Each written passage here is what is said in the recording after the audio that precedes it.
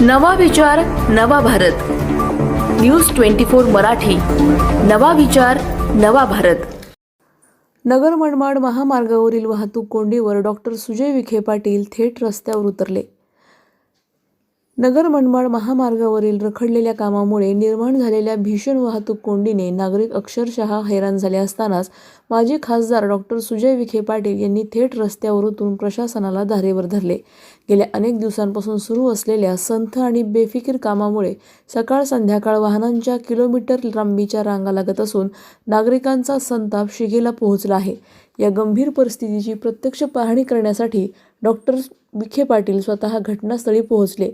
अपुरा बंदोबस्त आणि नियोजनाचा अभाव यामुळेच ही कोंडी होत असल्याचे त्यांनी स्पष्टपणे दाखवून दिले। नागरिक, वाहन चालक आणि स्थानिक व्यापाऱ्यांच्या तक्रारी त्यांनी थेट ऐकून घेतल्या आणि प्रशासनाला जाब विचारला। काम सुरू आहे म्हणून नागरिकांना वेठीस धरायचं का असा सवाल उपस्थित करत डॉक्टर विखे पाटील यांनी पोलीस प्रशासन व संबंधित यंत्रणांना तातडीच्या उपाययोजना करण्याचे स्पष्ट आदेश दिले।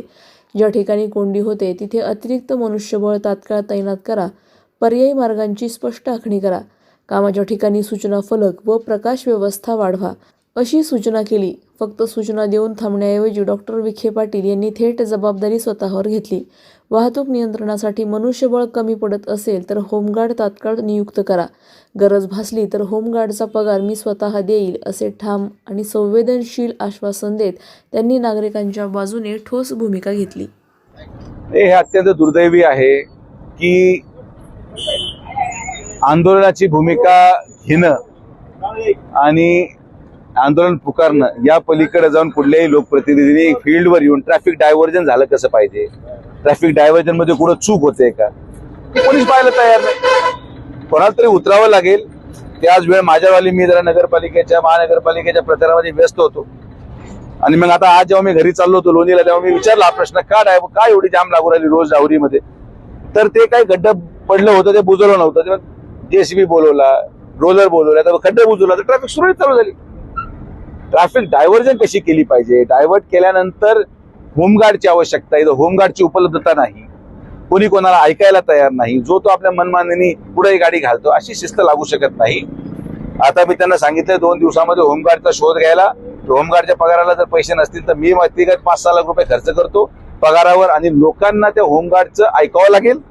ट्रॅफिक डायव्हर्जन जर व्यवस्थित करण्यात आलं तर ट्रॅफिक जाम होणार नाही, रस्ता होऊ राहिला, डोळ्यापुढे होऊ राहिलं, डांबर पडू राहिलं, रस्त्याची गती आहे, पण लोकांची गैरसोय न होता रस्ता होणं हे पण तितकंच गरजेचं आहे। तर तीच भूमिका माझी आहे।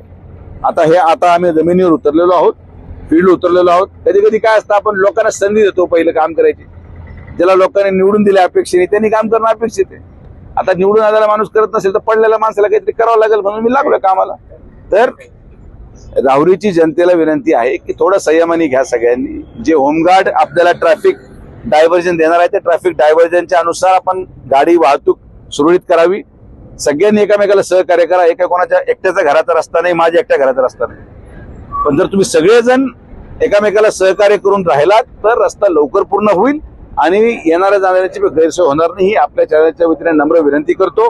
राहुरीचं सदैव प्रेम हे आमच्या परिवारावर राहिलेलं आहे आणि म्हणून त्या विश्वासाने मी सांगतो की राहुरीची जनता माझं ऐकेल आणि सगळ्या ठेकेदारांना सहकार्य करून आपल्याला पुढे जावं लागेल। धन्यवाद। न्यूज 24 मराठी। नवा विचार नवा भारत।